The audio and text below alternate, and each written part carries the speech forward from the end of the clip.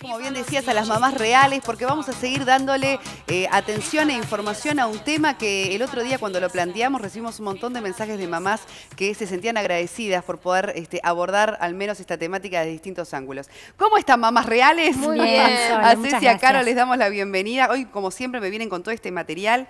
Bueno, cuenten un poco de lo que vamos a hablar hoy nuevamente. Bueno, la vez pasada hablamos con un neuropediatra sobre lo que era el déficit atencional. Él lo definió, contó cómo se detecta y un montón de cosas. Y una de las cosas que dijo en realidad fue que al niño que tiene este trastorno, la idea es abordarlo desde diferentes disciplinas. Entonces hoy, ya que estamos arrancando las clases, ¿no? Ya arrancaron hace un poquito, pero bueno, ahora después de Semana de Turismo, Semana Santa, como que empieza con mucha más fuerza, lo que decidimos fue hablar con una psicopedagoga para que nos contara cómo acompañar a ese niño que sufre este trastorno.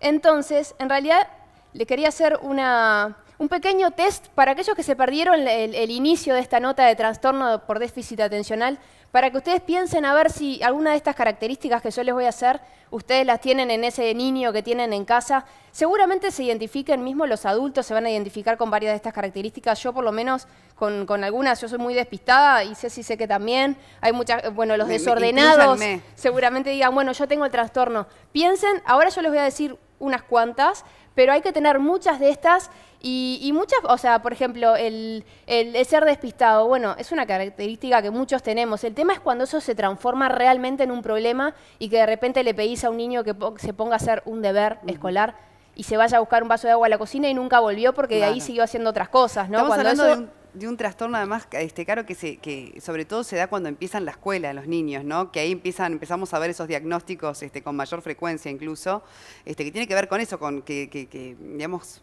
imposibilita muchas veces el estudiar. Claro. Bueno, les cuento, hago un pequeño test a ver si se identifican con alguna de estas características del déficit atencional con hiperactividad, es lo que estamos planteando hoy. Problemas para concentrarse, se distraen con facilidad, problemas para seguir las directivas que se le piden, ¿no? Un niño que se le dice... Ponete los championes. Iba a ponerse los championes. Y fue y prendió la tele y se encontró con el hermano y nunca concretó. No terminan lo que comienzan justamente, actúan antes de pensar, son niños muy impulsivos, que muchas veces dicen, ay, es desobediente, pero cuando la desobediencia ya es grave porque se transforma en un problema, ¿no? Uno lo manda a hacer la cama de repente y va al cuarto y se pone a hacer otra cosa. Más que desobediente, habría que pensar que ahí hay un problema de verdad, ¿no? Pierden las cosas con facilidad, son desordenados, desorganizados, hablan excesivamente, son inoportunos cuando están en grupo, muchas veces contestan las preguntas antes de haberlas terminado de formular, son como atropellados. No pueden esperar, ¿no? Como que no pueden esperar. Claro, sí, no pueden esperar su turno, ese es otro tema que tienen. No miden el peligro de lo que hacen y se olvidan de lo que tienen que hacer. Seguramente yo por lo menos me identifico cuando estaba leyendo esto y dije, bueno, yo debo tener el trastorno. Muy familiar, sí. Estas características se presentan en todas las personas en alguna medida. El tema es cuando se presentan varias de estas características y realmente son un problema. Pero les propongo escuchar la nota que le hicimos a Macarena Díaz, esta psicopedagoga, que nos cuente un poquito más de esto y luego damos algunas sugerencias para las mamás que tienen un niño con déficit atencional en casa para ayudarlas o por lo menos darle algunos tips para que puedan ayudarlos a estudiar mejor. Excelente. ¿Cómo llegan a ustedes los psicopedagogos los niños con déficit atencional?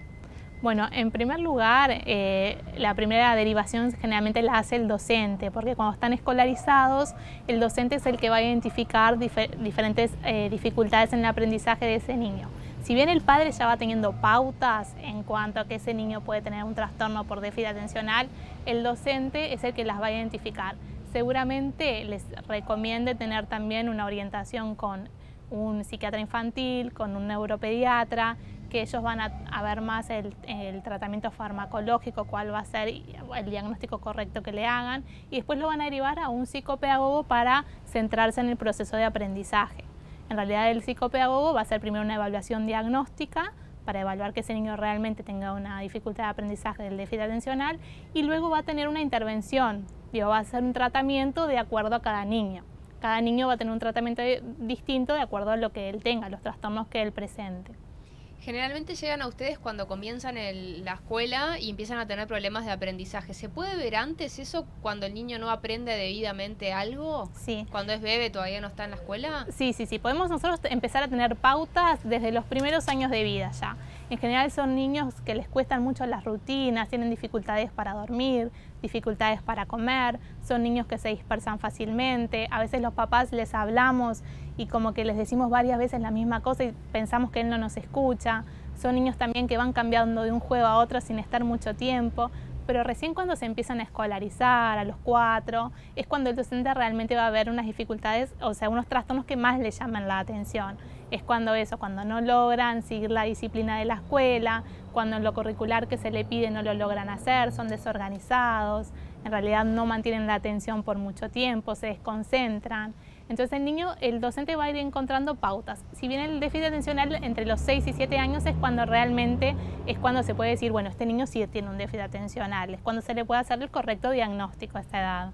A partir de antes lo que podemos hacer es tener pautas que ese niño puede tener un déficit atencional.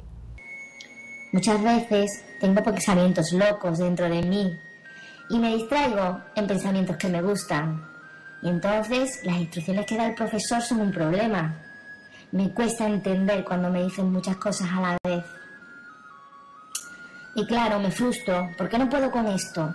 Y lloro porque quiero cambiar. Solo quiero un poco de comprensión y un poquito de apoyo.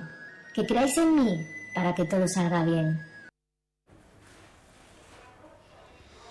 Qué interesante el informe, realmente como siempre, la felicito por su trabajo, pero además muchas mamás deben decir, mi hijo es así, ¿no? O sea, hoy parece que todos los niños tuvieran por lo menos alguno de esos síntomas de dispersión y demás, ¿no? El otro día cuando hablábamos con el neuropediatra Gabriel González, él decía, esto es un tema de esta era también, ¿no? Estamos sometidos a muchísimos estímulos y es como natural, ¿no? Que uno empieza a hacer una cosa y de repente escucha, no sé, prende la tele y ya se distrae haciendo... O sea, es un poco un tema de hoy, ¿no? Que antes por ahí, o sea, yo nací en una casa donde no había tele, donde en realidad lo que más me podía distraer era que alguien me invitara a jugar a la pelota y esa era como la distracción, el estímulo distinto que tenía. Hoy son muchos los estímulos. Está como muy desdibujada o muy esfumada la línea entre un niño inquieto y un niño con déficit atencional. Por eso es que en la escuela, cuando comienzan con los deberes y comienzan con una estructura de actividad, se nota realmente cuáles son los que tienen el déficit.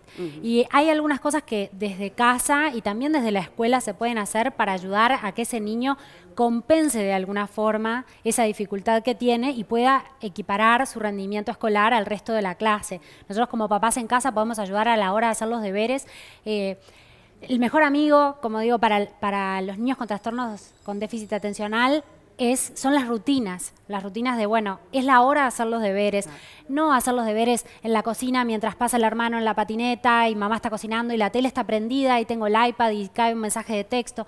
El exceso de estímulos es el peor enemigo y el mejor amigo son las rutinas. Una hora para hacer los deberes, sentarse en si no es un escritorio, bueno, que sea una superficie limpia, donde no haya otros juguetes. Hay una cantidad de cosas que pueden ayudar, como, bueno, tener una cartelera con las cosas importantes, las tareas, los horarios, que el niño sepa cuáles son las distintas actividades que tiene durante su día, ayudarse con flúors, esquemas, post-its, todo técnicas de estudio que quizás aprendemos más adelante en el liceo, pero que para los niños chicos también son de gran ayuda. Y además, actividades en las que el niño encuentre relajación. Por ejemplo, acá podemos ver pintar mandalas. Estos mandalas son de Joaco, mi hijo. Pintar mandalas, buscar una actividad que como les baje las revoluciones, ¿no? Qué interesante, realmente, porque además son cosas que obviamente uno contribuye junto con un profesional en caso de que sea necesario, si le hace el psicodiagnóstico, y con las maestras o los maestros. ¿Tenemos una segunda parte del informe? Sí, Macarena Díaz, psicopedagoga, también nos cuenta cómo podemos ayudar desde la escuela y también algunos tips más. Por eso digo, es un trabajo en equipo, ¿no? Las maestras, los padres y demás. La escuchamos. No sé qué es, pero es más fuerte que yo. Siento que no es mi intención, porque yo os quiero y no quiero que estéis tristes. Bueno, el psicopedagogo va a tener un abordaje grupal, ¿no es cierto? Va a trabajar con el niño después va a trabajar también con el docente y bueno, como que se trabajan en equipo también, ¿no es cierto? Se puede trabajar con el psiquiatra infantil, con el psicólogo que lo trate y bueno, va a estar en la evaluación diagnóstica y en la intervención. Juntos, bueno, va a tener un tratamiento que lo va a poder ayudar de acuerdo a las dificultades que aparezcan en el niño. Según tu experiencia y los casos que has atendido, ¿un niño con déficit atencional puede equipararse al resto de los niños en el aula si se trabaja con él desde la psicopedagogía? Sí, puede equipararse. Lo que es necesario es que el niño empiece a desarrollar estrategias que pueda compensar esa dificultad. Entonces, tanto el docente como nosotros como psicopedagogos y como los padres podemos tratar de que ese niño desarrolle esas estrategias. Tenemos que tener diferentes técnicas para ayudar a ese niño que logre compensar esa dificultad para que pueda funcionar con normalidad dentro del aula y que su rendimiento escolar se equipare al del resto de sus compañeros. Hablas de técnicas para practicar en casa. ¿Cuáles serían? ¿Qué recomendás a los papás que tienen un niño con déficit atencional? ¿Cómo trabajar con ellos en casa? ¿Para que hagan los deberes? Claro, lo que es importante en este tipo de casos es evitar el exceso de estímulos. Entonces, por ejemplo, es necesario que él tenga un lugar para hacer los deberes, que quizás sea mejor que esté alejado de las ventanas, que no haya televisión, que no haya teléfono, que sea un lugar, lo más sencillo posible para que él pueda hacer los deberes. También es importante mantener rutinas en el niño. Por ejemplo, hay horarios para la comida, hay horarios para dormir, hay horarios también para hacer los deberes.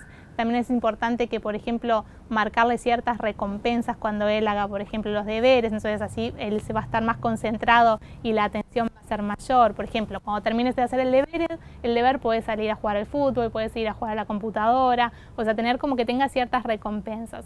También lo que tenemos que hacer es mantener límites, ponerle límites claros a nuestro hijo y también hablarle siempre con un lenguaje concreto, claro, que él comprenda cuál es su dificultad y que él mismo busque estrategias para ayudarse a él mismo.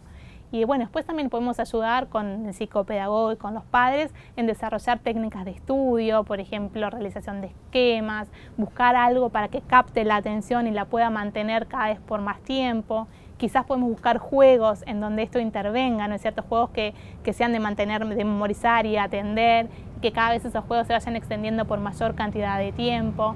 Tenemos que tratar de buscar la organización de él, buscar técnicas de estudio, como yo le decía, el subrayado, hacer esquemas, buscar un centro de interés, un tema que a él le interese y a raíz de este tema empezar a ayudarlo a estudiar. Hay muchas cosas que desde casa podemos ayudar y creo que en un contexto favorable, un entorno familiar favorable, estable, este niño siempre va a tener un mayor potencial de aprendizaje y un desarrollo en lo que es lo curricular mejor. Quiero gustarte, quiero hacer las cosas bien, quiero aprender. Ayúdame, cree en mí, porque yo, como tú, solo quiero ser feliz. Pero es muy cierto lo que dice esta última parte, ¿no? Porque no es que ellos sean rebeldes, digamos, o no quieran cumplir con sus obligaciones. Es como un impulso de fuerza mayor, ¿no? Que los lleva a distraerse y a dispersarse. Por lo tanto, también esa empatía de los papás con ellos es importante, es entender que hay que ayudarlos, ¿no? Tener una dosis extra de paciencia y contarles también su problema y decirles, motivarlos cuando hagan las cosas bien, buscar instancias en las que, vamos a poner la mesa, por ejemplo, y felicitarlo cuando lo logra, siempre reforzar lo positivo, los ayuda y los hace sentir bien, que no estemos siempre marcándole lo que en realidad a ellos les cuesta y no lo están haciendo de desobedientes, ¿no? Y está bueno saber que hay profesionales que se especializan en esto y que no siempre tiene que terminar en una medicación, sino que se puede apoyar al niño desde diferentes formas, ¿no? Con una psicopedagoga que lo acompañe de repente, no sé, una vez por semana, cada 15 días, o que nos enseñan a nosotros como padres cómo acompañar a ese niño, más allá del psicólogo, ¿no? Y uno dice psiquiatra, dice medicación y enseguida dice claro. no. Pero hay otras formas, instancias. Exactamente, y hacerlo bajar la pelota. Claro, y conversarlo mucho con la escuela también, ¿no? Que también la escuela en ese sentido sea de apoyo a los padres y los padres de apoyo a la escuela. Pero me quedo con el tema que me trajeron hoy, que es la rutina, ¿no? O sea, ser como muy organizados nosotros los adultos con ellos, en los horarios y demás, porque eso los ayuda con la ansiedad también, lógicamente. Bueno, muy interesante como siempre. Me voy a poner, ¿no tenés uno para mí, un mandala de esto para pintar? Bueno, te traigo, Sole, te traigo. Unos que me encantan. en el blog, en bigmamiblog.com, Macarena, psicopedagoga que se integra al equipo de Big Mamis, va a estar publicando algunas notas con tips para la estimulación oportuna, para ayudar a los niños con déficit atencional, así que pueden entrar al blog y encontrar información. Y podemos poner algunos mandalas para descargar. Para imprimir. Para imprimir. No nos tomamos vacaciones gracias. esta semana, así que vamos a seguir subiendo notas. Buenísimo, pero es importante saber también que en el blog está todo, ¿no? Está toda la información y mucho más. Esta misma nota esta semana va a estar colgada. Excelente. Caro, Ceci, muchísimas gracias.